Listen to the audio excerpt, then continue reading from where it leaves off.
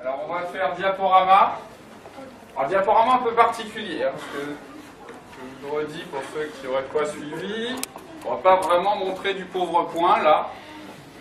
D'accord, c'est autre chose. Donc ce sera un diaporama. Alors des fois on dit présentation assistée par ordinateur. Alors on prend les chronos aussi, il est 15h, c'est ça? C'est 45 ou alors ça décale et que ça explose tout en disant 45? Vu qu'on a décalé. Il y a encore combien de personnes derrière? Ça donne quoi? Je peux faire 45? Là? Oui. Vous allez souffrir jusqu'à 45. Une minute de plus. 46. Ah, quoique, s'il y en a qui se disent 42, ça aurait été mieux, c'est vrai. On va essayer de s'arrêter à 15h42. Donc, diaporama sans que ce soit un diaporama. On dit aussi présentation assistée par ordinateur. Et puis, alors, en fait, vous voyez le tableau? Vous arrivez à lire? Vous arrivez à lire? C'est bon? Bon. Donc, ce sera du tablorama. Et du tablorama version crée. Vous avez aussi la version moderne qui s'appelle du tablorama version Velleda, pour faire de la publicité. En l'occurrence, tableau blanc. Alors, comme vous allez... Alors, donc, je l'ai dit, plutôt, je le souligne, ce n'est pas du latex dont on va traiter, mais du latex, puisque ça se prononce comme ça. Et vous l'aurez remarqué, ce sont des lettres grecques. Ça saute aux yeux. Lambda majuscule, tau majuscule, xi majuscule. Puisque, on en reparlera, c'est un mot non pas à propos d'EVA, mais à propos de d'un mot grec. Alors, ça je vous l'ai dit, hein, c'est à gauche. Ah, vous voyez pas le début, pas la tête, là, ça va pas être là, c'est pas grave. Donc, ça c'est fait, c'est dit, voilà pour l'introduction. Qui suis-je? Mon nom et mon prénom sont écrits, Thierry Stoer, sauf que là c'est pas bien écrit, parce que normalement ça devrait être un E dans l'eau. Problème de format, d'encodage, de caractère. Et on va voir que, pour ceux qui étaient là ce matin, ils m'ont déjà entendu parler, sauf que ce matin j'en ai pas parlé du problème de format d'encodage. Mais vous l'avez tous déjà connu, c'est, vous savez, le courrier électronique ou le fichier que vous recevez dans lequel il y a plein de caractères cabalistiques. Qu'est-ce que c'est que ce bidule? Là, il y a normalement un E accent aigu. Qu'est-ce que c'est que ces signes mystérieux? C'est un problème de format, de caractère, et le gros mot, c'est l'encodage. On en reparlera à propos de la tête. J'ai, alors en dessous de mon nom et mon prénom, Achille, j'en suis l'actuel vice-président, peut-être plus ce soir, puisque l'Assemblée Générale a lieu en ce moment même, que j'ai fait faux bon. On va dire, enfin ils le savent, vous aussi. Donc, voilà, j'écris sur un site web, plutôt en ce moment épisodiquement, mais plutôt sur des comptes dits raccourcis qui s'appellent les micro-textes de micro-blogging. Ça, quand on dit micro-blogging, aujourd'hui, ça ne dit plus rien du tout. Alors, ça existait, il fut un temps, c'est toujours le nom. Si on dit Identica et Twitter, je pense que là, ça vous dit un peu plus. J'écris pas mal là-dessus. Et puis, je travaille dans une université qui s'appelle l'Université Paris Diderot, et je suis un utilisateur latex. Bien. Voilà pour la petite présentation. Vous remarquerez que grâce à une touche magique que vous ne voyez pas, mais qui s'appelle la touche tabulation, je replie ce premier point, qui en fait était le deuxième, et qui disait qui. Donc on va parler de ça, la tech.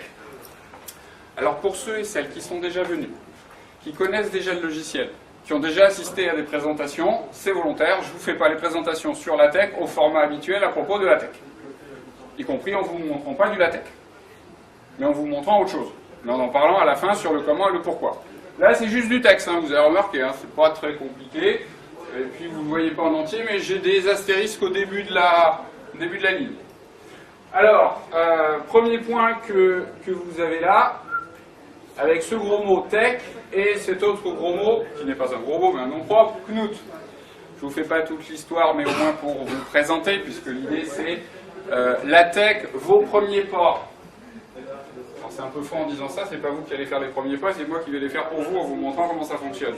Mais au moins pour que vous sortiez tout à l'heure en vous disant jamais de la vie, au secours, je trouve que c'est dommage. Ou alors, ah, j'ai compris comment ça marche, c'est pas du tout comme on fait dans les traitements de texte, c'est peut-être original, mais c'est peut-être quand même pas pour moi, mais peut-être que quand même je le garde sous le coude et j'en parlerai. Au moins en connaissance de cause. Et non pas en disant oh, j'ai vu un prof qui fait des maths avec des formules avec du latex. Horreur, malheur, je pars en courant. Donc justement, c'est histoire de vous dire, c'est pas que des maths. Donc là, le premier qui me dit à la sortie, j'ai retenu que LaTeX c'était que pour les maths, je fais comme World of Warcraft, je sors la massue et non. Donc, Tech Knut. En deux mots, Monsieur Knut, un grand monsieur de l'informatique et sans aucune ironie, vraiment, c'est certainement un des plus grands chercheurs, enseignants, informaticiens au sens noble, mathématicien du terme, qui est encore en vie, qui se prénomme Donald Knuth, qui est américain et qui a fait un logiciel qui s'appelle Tech. En deux mots, il écrit des articles, c'est un mathématicien, il aime que ses articles soient bien écrits, on est dans les années 70, 76, par là, il reçoit le papier de son éditeur qui lui dit « Est-ce que vous êtes d'accord pour publier l'article tel qu'il est présenté ?» Tel qu'il est présenté, ça veut dire tel qu'il a été écrit, dactylographié. On appelle ça typographié. Et là, il tombe sur les formules de maths et il dit « C'est infect, c'est monstrueux, c'est hideux, j'en veux pas, hors de question. » Ça s'écrit pas comme ça, les maths. Et là, on lui répond « Bah, il n'y a rien d'autre. C'est comme ça ou rien. » Donc, il répond « C'est rien. » Et donc, il dit « Comme il n'y a rien pour faire des jolies mathématiques, d'où le point de départ, je vais écrire moi-même depuis zéro un logiciel qui va correctement écrire les équations, les formules, les matrices, les grandes accolades avec des équations sur toute une page. Et si vous en avez jamais connu, c'est pas grave. Et si vous en avez juste connu une seule qui vous a fait courir en hurlant, en partant au secours, eh bien justement, ça s'écrit pas facilement, ce type de texte. Et donc, ce grand monsieur Donald Knuth a pris 2 ans de sa vie. Il a écrit un logiciel qui permettait d'écrire correctement tout type de documents, notamment mathématiques. Ça veut dire, pour dire des gros mots, même si vous ne comprenez pas, c'est pas grave, mais en fait, il a transformé en algorithme tout ce qu'on savait faire au travers de la casse et les caisses de lettres que les ouvriers typographes manipulaient. Parce qu'il fut un temps où on n'avait pas des ordinateurs pour sortir des pages, on avait des gens qui mettaient les caractères sur des blocs et ensuite feuille papier par-dessus, ou l'inverse. D'accord ? Ça c'est quand même important de le savoir. Et donc il a mathématisé la manière d'écrire du document pour que ce soit un beau document. Ça paraît anodin, ça paraît tout simple à dire, c'est un travail, je pense, monstrueux, et qu'en plus il a fait juste comme ça en parenthèse. Moi j'aurais fait ça au 10e de ce qu'il a fait là, je serais ravi jusqu'à la fin de mes jours. Bon, ce monsieur l'a mis ensuite à disposition, c'était 77-78, et c'était Tech. Alors Tech, pour ceux qui ne le sauraient pas, et moi je ne le savais pas au début quand j'ai commencé, il y a maintenant fort longtemps, Tech ça veut dire 2 choses en grec. Ça veut dire à la fois technique, ça vous doutez, bon, donc ouais, côté technique, et ça veut aussi dire art, notamment quand on dit l'art et la manière de. Eh bien les 2 mots ont la même origine en grec ancien, d'où l'écriture comme ça. Quelques années après, 82-84, il y a un autre monsieur qui se prénomme Leslie Lamport, qui arrive et qui dit « Je vais rajouter à Tech une autre couche pour que ce soit encore plus mieux. » Il le fait et c'est le cas. C'est encore plus mieux. Et du coup, le logiciel, au lieu de s'appeler seulement Tech, devient, avec la surcouche, LaTeX. Et 84, on a LaTeX à disposition. Ça n'a quasiment pas bougé depuis cette époque-là. Il n'y a quasiment pas de bugs qui ont été découverts depuis cette époque-là. Et c'est un logiciel libre depuis cette époque-là. Donc 78-82, vous voyez l'époque à laquelle ça fait référence. 78, Microsoft est à peine naissant, l'Apple n'existe que depuis très peu, et je ne vous parle pas de PowerPoint, de Word, d'Excel et autres, d'accord ? On passe aussi les InDesign et autres logiciels de PAO. Ça faisait aussi bien de la PAO à l'époque que ce que ça en fait aujourd'hui, puisque InDesign utilise par exemple le moteur de Tech. Donc, on a un logiciel. En fait, ce que je vous dis, c'est un peu faux. Enfin, un peu faux. Pour ce point-là. Alors, après l'histoire, ce que ça n'est pas, ce Tech LaTeX. Alors, Tech LaTeX, en fait, c'est pas un logiciel que j'appellerais classique. Parce que le logiciel classique que vous connaissez toutes et tous, c'est à peu près généralement une interface graphique avec des menus. Pour certains, c'est du texte et vous tapez des commandes. C'est rien vraiment de tout ça, Tech-la-Tech. En fait, Tech-la-Tech, s'il fallait donner un mot un peu plus explicite, Tech-la-Tech, c'est un moteur. C'est un moteur qui va partir de ce que vous avez écrit, ici, qui va mouliner les informations et qui va faire, alors en bon français on dit un output, en anglais on dit une sortie. Donc ça vous donne différentes sorties de ce que vous avez mis en... Merci.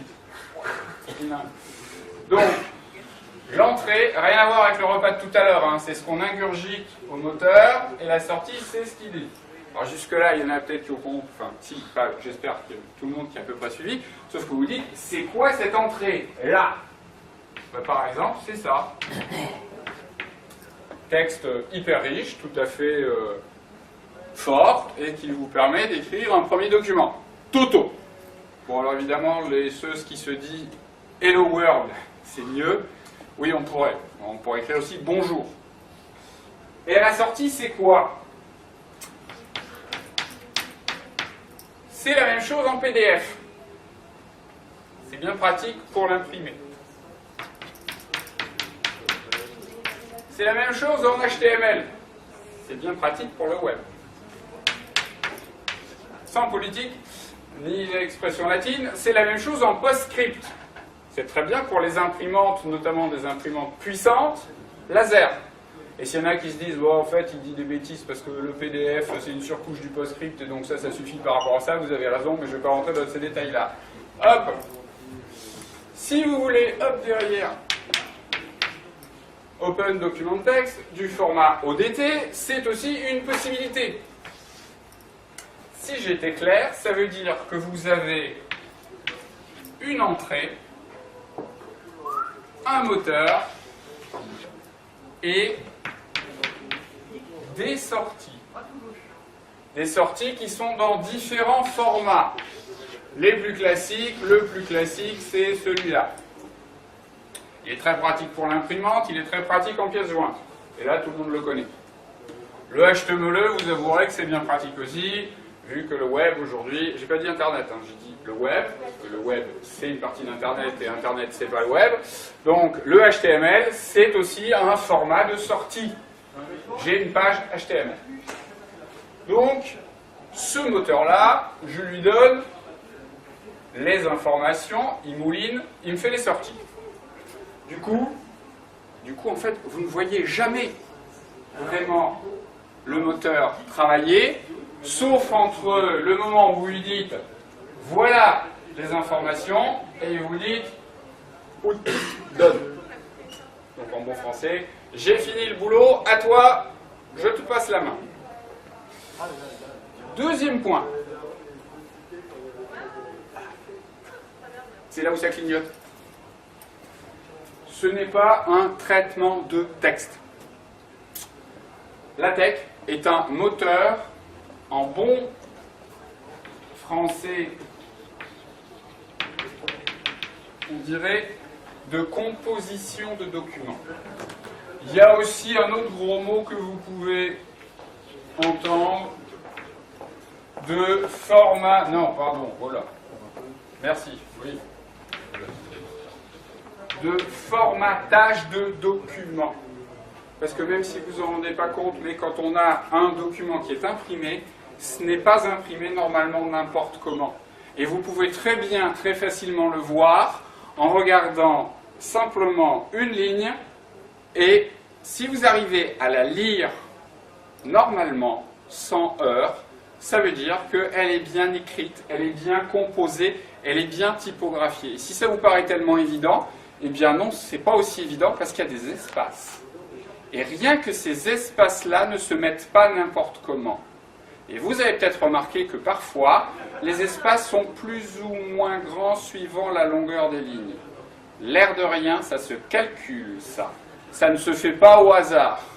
Et l'espace, c'est la base d'une bonne typographie sur un document. On appelle ça le blanc. Et le blanc, on ne le met pas n'importe comment. Et d'ailleurs, faites l'expérience, écrivez tout attaché. D'accord ? Supprimez les blancs. Vous allez voir ce que ça veut dire au niveau de la manière de lire. On est complètement déstabilisé. C'est normal. L'œil s'appuie sur le blanc, le noir, plus éventuellement des couleurs, pour distinguer les signes. Quand je dis les signes, ça peut être des signes de maths, ça peut être des signes du français, y compris le E dans l'eau, ça peut être des kanji, ça peut être n'importe quel caractère au sens typographique. Et une accolade, c'est un caractère. Un alpha grec, c'est un caractère. Et tous ces caractères-là s'écrivent d'une certaine manière et sont correctement, normalement disposés dans le document pour que ce soit beau et lisible. Donc, notre ami LaTeX mouline et vous fait des sorties. Évidemment, je l'ai mis là, en bon français, ça, évidemment, c'est faux. D'accord ? Je vais le radoter, je vais le redire. Le premier qui vous dit, notamment celui qui l'utilise alors que c'est un mathématicien, « Oh, c'est génial, LaTeX, c'est que pour les maths », eh ben, il a tout faux et c'est dommage. Parce qu'avec LaTeX, vous faites tout, y compris des textes de droit, y compris des partitions de musique, y compris des formules de chimie, y compris des textes dans lesquels vous avez la partie d'échec qui est relatée avec, je ne sais pas si vous voyez, mais dans certains journaux, on a la grille d'échecs qui est à disposition, qui est imprimée. LaTeX permet aussi de le faire, à condition de savoir le faire et d'avoir la police en question. Mais LaTeX permet aussi de composer ce genre de choses, et si vous êtes des musiciens, les partitions, c'est aussi possible. Et si vous dites, il va nous le montrer, je vais vous décevoir, non, ça ne va pas être possible. Mais c'est parfaitement possible. Maintenant, je vais vous dire où vous pouvez aller le trouver. Mais je ne pense pas que la première utilisation de LaTeX soit vraiment de faire des partitions en musique. Mais ça le permet. Donc, ça ne fait pas que des maths. Et vous aurez donc vu que c'était de la rubrique « Ce n'est pas ». Alors évidemment, j'aurais dû faire ça, ça aurait été peut-être plus parlant. Vous savez qu'on dit que l'on hurle dans ces cas-là. Voilà, je l'ai écrit en majuscule. Bien, on a fini avec ce point. Mais alors, qu'est-ce que c'est que ce LaTeX? Au risque de radoter, c'est un logiciel libre. Bon, vu la journée, c'est peut-être pas inutile de radoter, vu que quand même, c'est la journée informatique libre aujourd'hui, ici à Toulon. Donc, c'est un logiciel libre. C'est très puissant. Au travers de ce que je vous ai dit là, vous vous dites, ouais, il fait des partitions, il fait des formules de chimie, oh, il fait des formules de maths, oh, il fait du grec ancien, il fait du chinois, et encore chinois avec différentes variétés, de caractères. Il écrit de droite à gauche, oui. Il permet de faire de la poésie, avec le poème d'un côté et la traduction de l'autre, oui. Et toute une série comme ça de possibilités vraiment très puissantes. Évidemment, ce n'est pas un traitement de texte, donc ce n'est pas tout à fait comme on a l'habitude de travailler à la souris 7 et en cliquant et puis en croisant les doigts en se disant pourvu que ça marche. Donc, il est puissant. Et, voilà, j'ai déjà défloré l'expression, hein, il vous formate les documents. Ouais, bon. Eh bien, vous avez remarqué qu'il y a un S à la fin, un peu écrit gros, puisque je vous ai dit que aussi bien des documents de droit, de grec ancien, vous mettez aussi du latin, des traductions, des textes en langues étrangères, de la chimie, de la physique, je dirais c'est un peu des maths, hein, puisqu'il y a des formules qui sont un peu du même type, tout ça, il sait les composer, les documents. Et ici, les composer avec un mot que j'ai prononcé tout à l'heure, mais... Alors, je vous garantis que quand on a l'habitude, hein, peut-être dans cette salle, de voir des documents qui ont été faits avec LaTeX, eh bien, ça se voit. Il y a une manière de composer le document qui est vraiment typique. Et pourquoi et comment? C'est parce que, je vous ai indiqué au tout début, Knut, en prenant sa petite pause de 2 ans, transforme en équation mathématique la manière dont les ouvriers typographes travaillaient pour disposer les caractères pour faire des planches à imprimer et sortir les textes imprimés. Encore une fois, on a l'impression aujourd'hui que d'appuyer sur imprimer ou faire son CTRL-P, c'est évident et ça sort le document sans rien faire. Il y a des calculs derrière, il y a du travail. Il faut bien voir, même si ça va faire vieux radoteur et ah, il fut un temps, vous savez, c'était pas comme aujourd'hui. Ben oui, il ne faut vraiment pas oublier qu'il y a encore même 100 ans, la diffusion de l'information imprimée sur papier, elle était à des années-lumière de ce qu'on a aujourd'hui avec son imprimante personnelle chez soi. Et ça relevait d'un travail que de faire une page, que de composer une page. Eh bien, Knuth a mathématisé cette manière de composer la page pour que ce soit beau, pour que ce soit agréable à lire. Et le pire, c'est que ce n'est pas une question de beauté par rapport à des règles qui sont dans un pays. C'est des fois des questions d'équilibre par rapport à notre physiologie humaine. Je vais juste vous donner un exemple. On sait que l'œil humain, en général, statistiquement, lit correctement un texte avec à peu près 70-72 caractères de longueur de ligne. Au-delà, eh bien, il se trouve qu'on constate que physiologiquement, et vous n'êtes peut-être pas dans ce cas-là, mais quand même statistiquement c'est le plus répandu, on a une lecture qui est la plus aisée avec 7 longueurs de ligne. Au-delà, c'est plus aussi évident. Du coup, les lignes dans la tête sont réglées généralement pour avoir cette longueur-là. Et du coup, il y a des marges à droite et à gauche. Et on dit, ah, horreur, vite, je veux modifier les marges. Non. Justement, les marges sont là pour aérer le texte et pour faire qu'il soit le plus et le mieux lisible en fonction de tout ce qui avait été fait par les ouvriers typographes avant.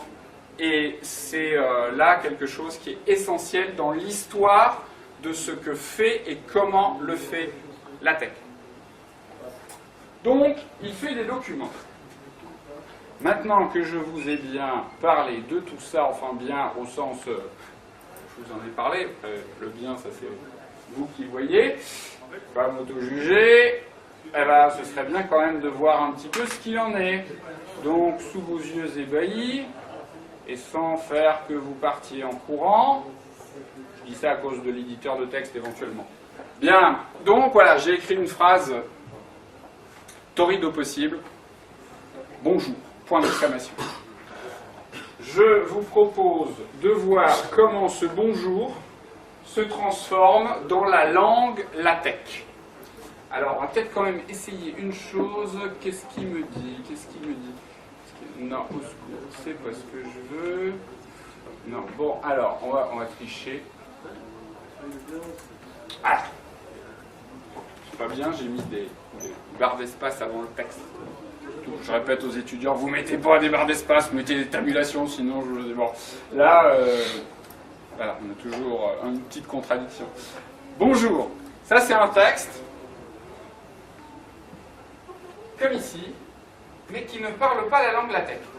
Ça veut dire que si je donne ce texte, en fait ce fichier, à LaTeX pour lui dire, vas-y mon gars, travaille, mouline, et sors-moi le PDF, il va dire, rideau, je ne sais pas faire, je ne peux pas, ça ne marche pas, c'est pas un fichier pour moi. Il ne parle pas ma langue. Donc, comment lui dire, eh bien, on parle la langue LaTeX. Et là, vous allez voir que, à condition que vous me suiviez, que vous ayez encore un petit peu d'attention, que l'heure du goûter ne soit pas trop à vous distraire et que le ventre ne soit pas à gargouiller en vous disant j'ai besoin de sucre, j'ai besoin de sucre. Non, ça va, il est 3h30. Je pensais qu'il était 1 heure de plus. Alors, il est très logique, notre ami LaTeX. Pour commencer, ou plutôt pas pour commencer, il va falloir lui dire que c'est un document. Bon. Et en plus, il va falloir lui dire que c'est un document d'une certaine classe. Alors, c'est pas la classe A mercédécienne, hein, c'est la classe, non plus, c'est pas la, il est classieux. C'est le type de document. Le type de document, ça peut être quoi? bah, vous connaissez tous des types de documents. C'est un article, c'est court. C'est un rapport, c'est un petit peu plus long. C'est un mémoire, c'est encore plus long. C'est une thèse, encore plus long. C'est un livre, d'accord? Et puis, c'est une lettre, tout court, une page. À chaque fois, pour ces différentes classes, il y a des règles différentes de disposition. Généralement, quand vous écrivez une lettre, vous ne mettez pas une page de couverture. Ou alors, si vous le faites, c'est que... Bon, normalement, non. Et si vous écrivez aussi une lettre, vous mettez rarement une table des matières dans une lettre. Réclamation, table des matières, bonjour. Non. Donc, il y a des règles. Eh bien, ces règles, il faut non pas toutes les écrire, mais dire au moteur, bonjour, c'est une lettre. Bonjour, c'est un article. Et comme le moteur, il est très ballot, si on ne lui écrit pas, il ne le sait pas. Mais au moins, c'est clair. On lui écrit, il le sait. Conclusion, non, c'est pas celle-là, c'est celle-là. Je vais lui dire, hop, c'est un article. Sauf que là, oh, illisible. Donc, on va évidemment rendre ça un petit peu plus lisible et on va mettre un petit symbole qui est l'accolade. Ça devient un petit peu plus lisible, même si vous allez me dire c'est pas ultra lisible quand même, mais bon, laissez-moi vous mener jusqu'au bout, vous allez voir, il y a encore 2 autres lignes à rajouter et elles sont très logiques. Elles sont très logiques parce qu'on va lui dire, regardez le côté ô combien mystérieux. Ah, j'ai pas fait exprès, hein. Donc c'est begin, end. Logique. On commence, on s'arrête. Alors, il faut être un petit peu plus précis. On va lui dire, je begin le document. Hop là. Et on va lui dire, je end le document. Et vous aurez remarqué, mon français, on ne peut plus châtier dans ce cas-là. Enfin, châtier non, mais relever. Il y a juste une dernière chose à lui dire. Vous êtes d'accord que c'est 4 lignes, et je rajoute aucune autre. Là, vous avez sous les yeux, mesdames et messieurs, sous vos yeux ébahis, comme on dit, les 4 lignes minimum pour faire un document LaTeX. S'il y a des puristes dans la salle qui sont en train de se retenir pour ne pas sauter sur leur chaise et me dire « Ouah, il manque ça, ouah, il n'y a pas ça, ça... » Oui, d'accord, ok, c'est vrai, d'accord. Mais c'est au moins pour vous montrer le minimum minimorum, et voilà ce que ça donne. Et ça va marcher. Sauf si je suis victime de l'effet démo, parce que je vous dis que ça va marcher, et justement, ça va pas marcher. Donc, s'il y a quand même une dernière chose à faire. La 3e ligne, bonjour, c'est mon contenu, c'est mon texte, c'est ce que je veux dire. Le reste, ce n'est pas du texte. Ou plutôt, c'est du texte pour le moteur. Donc il va falloir distinguer les 2 premières lignes et la dernière pour lui dire ceci n'est pas du texte, ceci est une commande. Je vous ai dit le gros mot. Et la commande en LaTeX, eh bien, elle commence par le symbole, le signe que vous ne voyez pas et qui est... Ah, il y en a qui savent déjà. Bon, j'espère que vous apprenez des choses en étant là et en sachant déjà. Donc, c'est l'anti-slash. Vous ne le voyez pas, mais j'ai mis anti-slash au début de la ligne. Ah oui, l'anti-slash, c'est le truc comme ça. Parce que ça, c'est le slash. Ça, c'est l'anti-slash. D'accord. Alors, pardon. Barre oblique inverse. Allez dire, tu n'as pas mis la barre oblique inverse à quelqu'un, il vous ouvrir les yeux comme ça.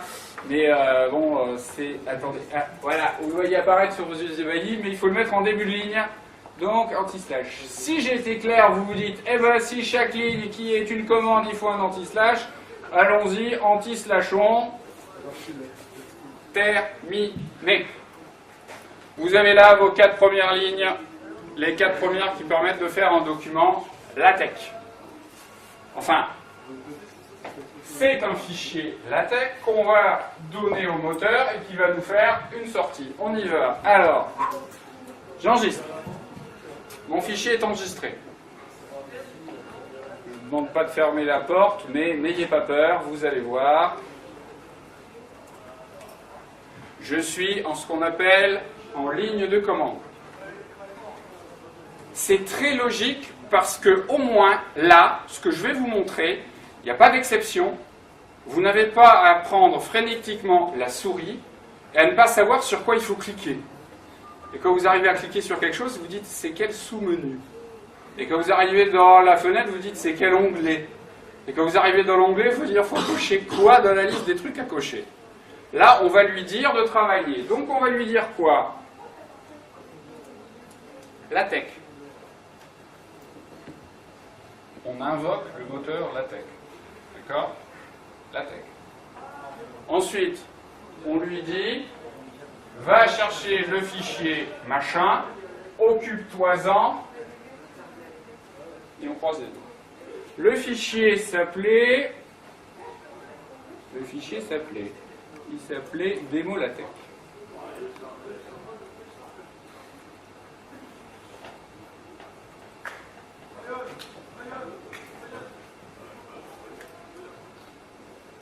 Pour ceux et celles qui sont très curieux, ou du moins qui ont au moins lu la première ligne après la commande LaTeX, vous vous dites, surtout si vous êtes un petit peu sensible à la beauté des mathématiques, à la poésie des nombres, je sais, c'est un peu surprenant de parler de la poésie des nombres, mais la deuxième ligne, vous voyez apparaître 3.14.15, pardon, pas point, 92, c'est-à-dire, il y a le nombre pi. Alors, vous formalisez pas, juste pour l'anecdote, le numéro de version de TeX et de LaTeX, c'est pas un numéro banal. Au lieu de dire version 1, version 1.1, version 1.2, 1.3, etc., Donald Knuth a décidé de le numéroter avec les décimales de pi. Et chaque fois qu'il y a une nouvelle version, il y a une décimale supplémentaire. Vous avez vu que du coup, on n'a pas beaucoup de versions différentes. Oui, mais une version nouvelle, c'est parce qu'il y a eu un correctif suite à un problème qui a été relevé depuis 78. D'accord? Comptez le nombre de décimales et voyez combien de fois on a corrigé le moteur parce qu'on a découvert un bug. Donc, je vous ai pas trop dit de bêtises. Ah, là, il y a marqué output written on demo DVI. Donc en fait, il me dit, ah ben j'ai fait un truc, le fichier s'appelle demo-latech.dvi. Bon, alors vous savez tous que ça c'est l'extension, c'est le gros mot qui définit ce que c'est comme langue, et bien c'est la langue DVI. On passe, et alors je vais vous montrer plus puissant, parce que comme on est un petit peu pris par le temps, au lieu de juste invoquer LaTeX, on va invoquer PDF LaTeX. Donc là directement, qu'est-ce qu'on va faire? On va passer de là à là, et on sort le PDF. En plus il est bavard. Donc, alors, vous avez remarqué que comme je parle de l'anglais ultra poussé, clear, voilà, hein, au moins c'est clair, c'est clear, mauvais ça. Donc, PDF LaTeX, c'est la commande. Pour l'instant, l'effet démo ne s'est pas encore abattu sur moi.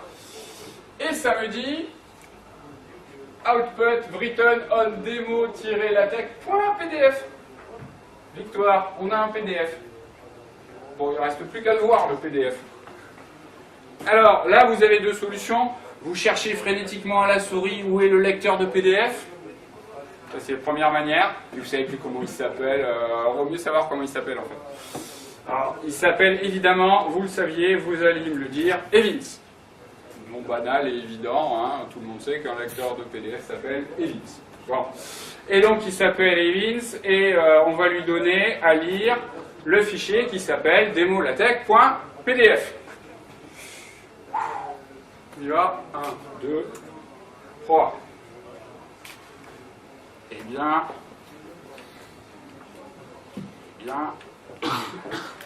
ça marche. Alors évidemment, le texte n'est pas très compliqué.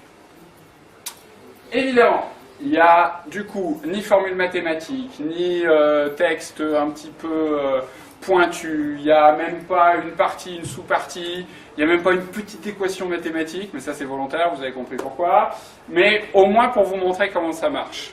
Et si vous avez compris, là, on approche des 42, oui, mais ça va encore. Tout ce que je viens de vous montrer très succinctement, c'est le fonctionnement du logiciel LaTeX de manière systématique pour tout, du plus simple au plus compliqué. Alors quand même, je le ferme. Voilà, je lui dis efface-moi tout ça et je retourne dans mon texte. Bien. Ce qui serait bien, c'est qu'au moins je vous montre une ou deux autres petites choses et surtout que peut-être on retourne là, tiens, non, voilà, et on en était à premier pas. Je vous ai pas menti, même si vous ne les avez pas comptés, il y a moins de 70 caractères, il y a 4 lignes.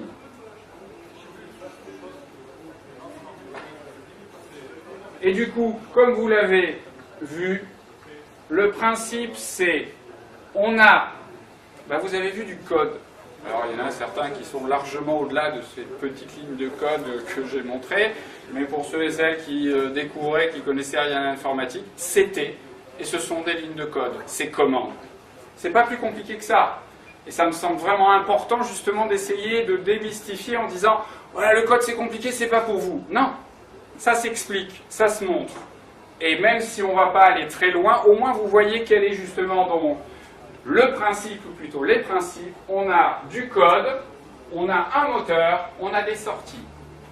Et c'est absolument, systématiquement, le cas pour tous les documents. Maintenant, évidemment, la question qui peut se poser, c'est comment est-ce que je vais en faire de documents en PDF en utilisant ce fameux LaTeX dont on est en train de me vanter les mérites.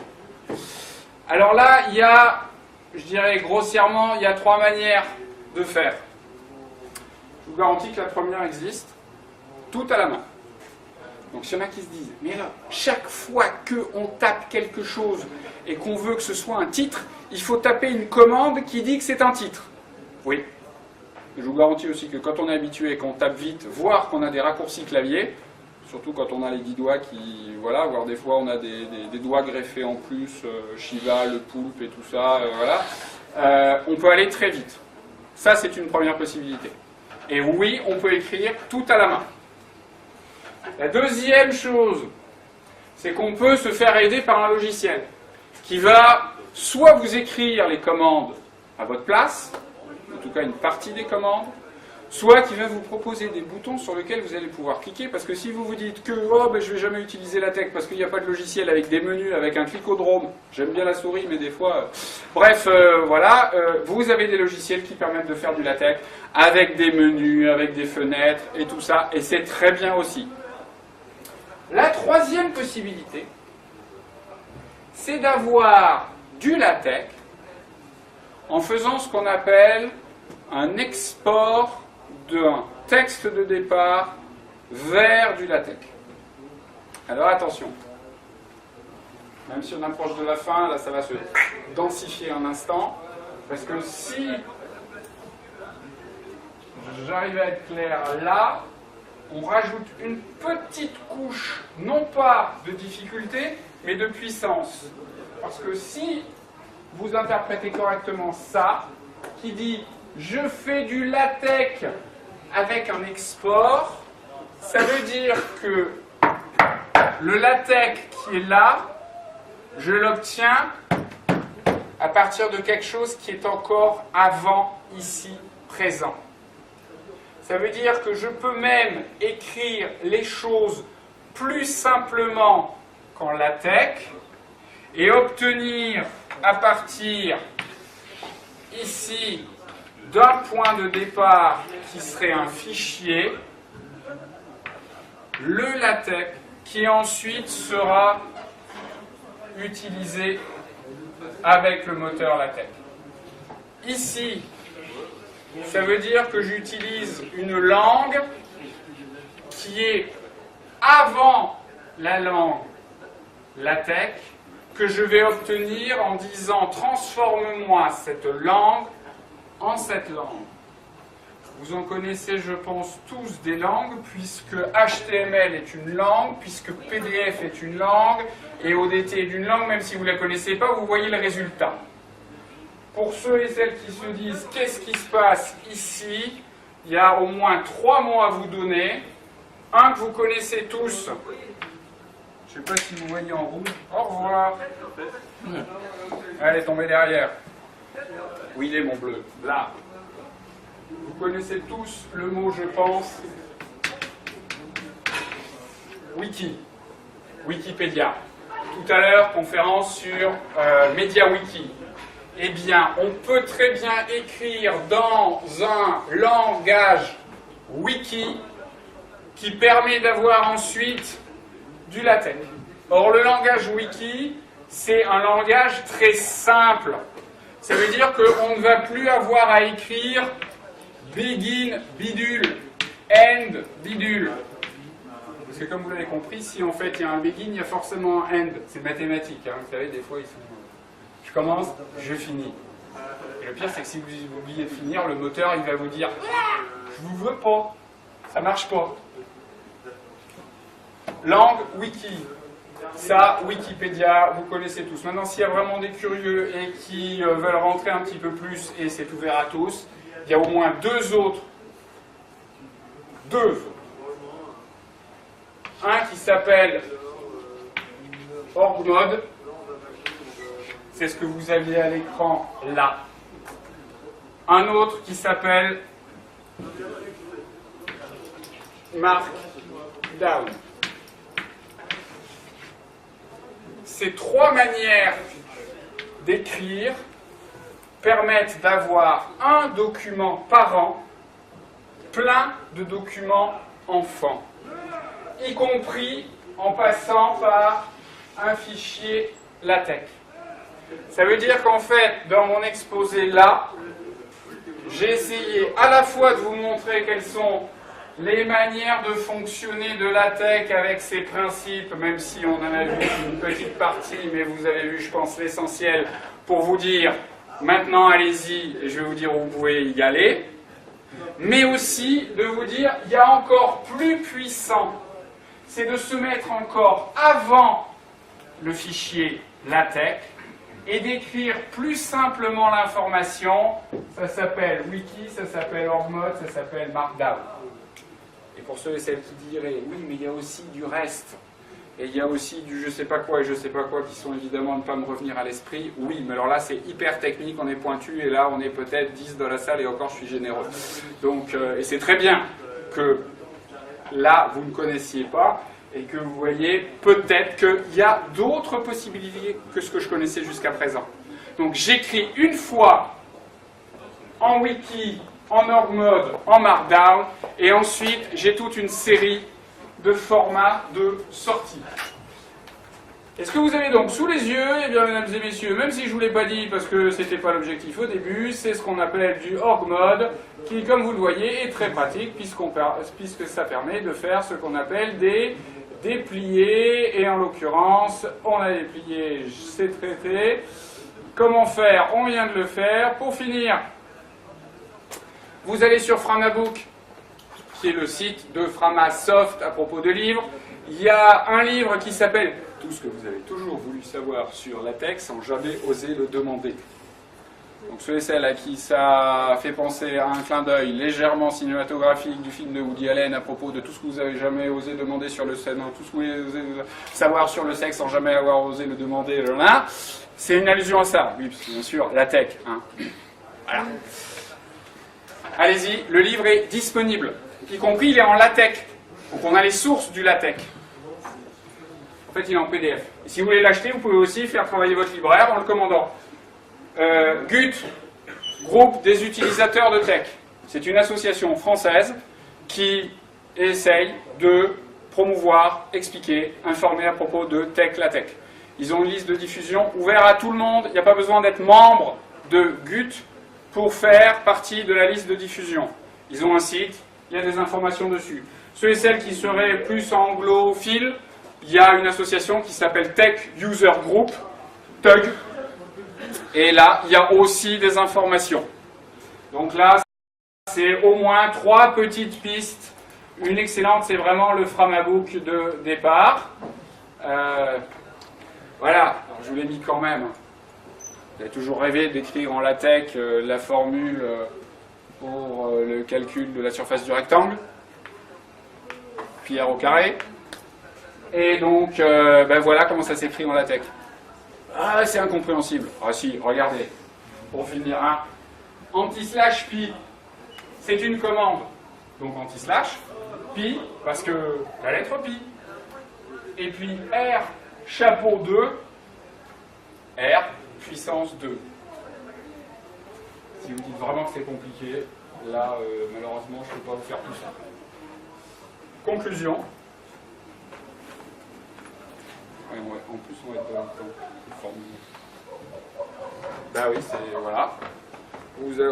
On a fait un tout petit, hein, vraiment, 3 fois rien.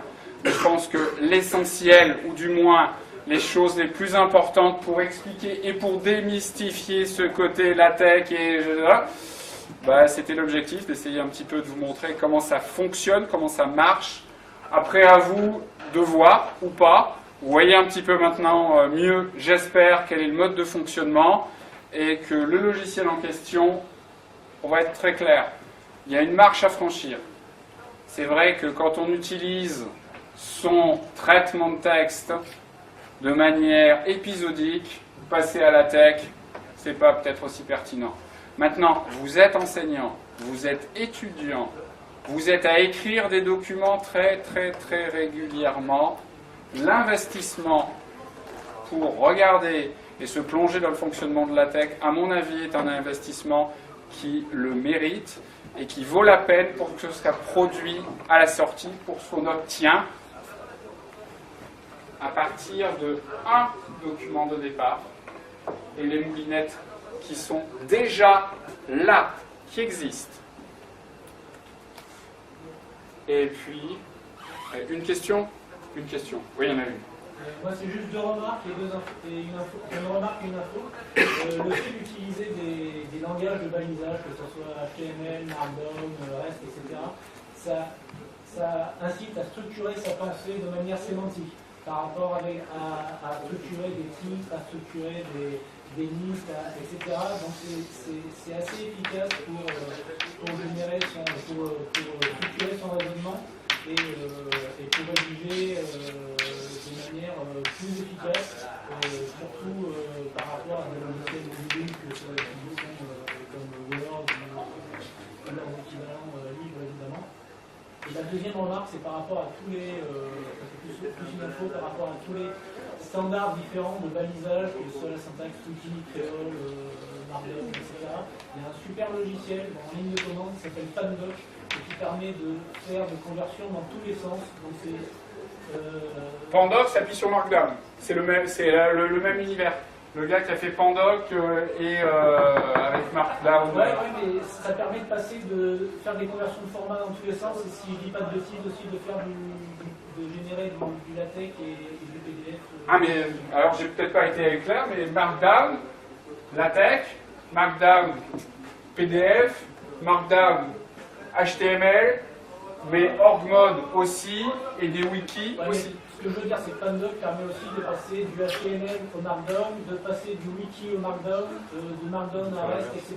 dans tous les sens possibles et imaginables. Ce qui peut être utile quand on récupère un document et qu'on veut travailler dessus alors que c'est pas sa syntaxe préférentielle. Et on va boucler. On sait comment ça fonctionne, c'est un format ouvert. On sait comment ça fonctionne, c'est un format ouvert. On sait comment ça fonctionne, c'est un format ouvert. On sait comment ça fonctionne, c'est un format ouvert. Nanana, nanana, nanana. Si on sait comment ça fonctionne, si le format est ouvert, on maîtrise le contenu, on maîtrise la mise en forme. Et je ne l'ai pas dit, c'est vrai, parce que je n'ai pas voulu aller trop loin, mais en fait, on dissocie 2 choses, le fond et la forme. Le fond, c'est Toto. Ça, c'est vraiment du fond, hein. Et j'écris Toto comme titre de partie. Voilà comment on écrit Toto en titre de partie en LaTeX. Anti-slash part pour partie. C'est tout. Chaque fois que vous écrirez ça, vous aurez à l'impression ou en vue à l'écran Toto qui sera écrit de la même manière. Et si jamais vous avez passé du temps à 2 h du matin, parce qu'il fallait rendre à 8 h du matin le document, le rapport, en cherchant à quels endroits vous aviez mis les titres en 14 et les autres en 16, parce que vous n'aviez pas utilisé ce qu'on appelle les styles, et vous avez fait vraiment tout à la main parce qu'on ne vous avait pas appris ce que c'était un style, et là c'est très grave, et vous avez en plus loupé plein de passages où vous auriez dû mettre tout en 14 et à certains endroits c'est en 16, et en plus le prof le voit, et donc d'accord, eh bien ça c'est fini. Si vous écrivez toujours à chaque fois anti-slash part, c'est réglé. Ça sera toujours de la même manière, y compris avec une feuille de style pour éventuellement le changer. Et là, c'est aussi de la même manière à partir du moment où on utilise un astérisque, 2 astérisques, 3 astérisques. On appelle ça une structuration en arbre, enfin, oui, en point qui se déplie et là donc qui se replie. Merci de votre attention, on passe à la suite. Merci.